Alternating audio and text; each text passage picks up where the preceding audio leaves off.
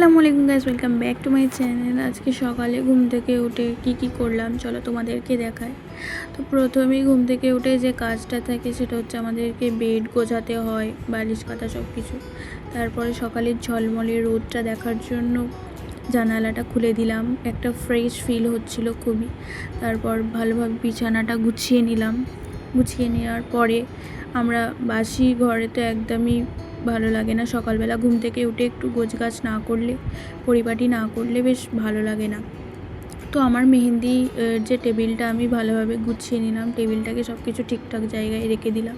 তো এই ড্রয়ারে আমার রেজিন আর্টের সব সামান আর মেহেন্দির অর্গ্যানিক মেহেন্দি সব সামান রাখা থাকে।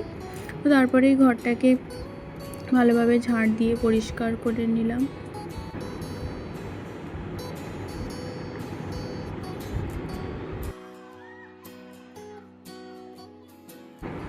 ঘরটা ভালোভাবে ঝাড় দেওয়ার পরেই আমি চলে গেলাম ছাদে আমার ওই ছোট্ট ছোট্ট গাছগুলোকে পানি দিতে।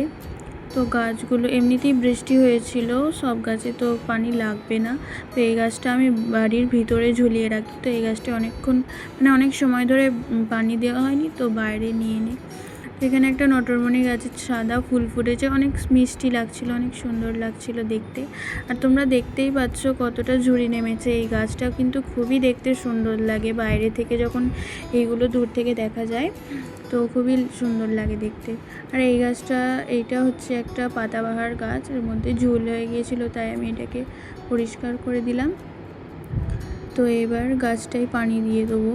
এটা হচ্ছে একটা ভাঁড় ছিল, তো ভাঁড়টাকে আমি তারপরে চলে গেলাম আমি নিচেই। তারপরে ফ্রেশ হয়ে নিলাম। ফ্রেশ হওয়ার পরে 1 কাপ চা সাধারণত আমি খাই না, কিন্তু আজকে একটু কাজ করার ছিল, তাই এনার্জি, খালি পেটে তো শুধু চা খাওয়া যায় না, তাই 2টো পরোটা নিয়ে নিয়েছিলাম। তো এইভাবেই আমি আমার সকালটা স্টার্ট করেছি। তো থ্যাংক ইউ সো মাচ।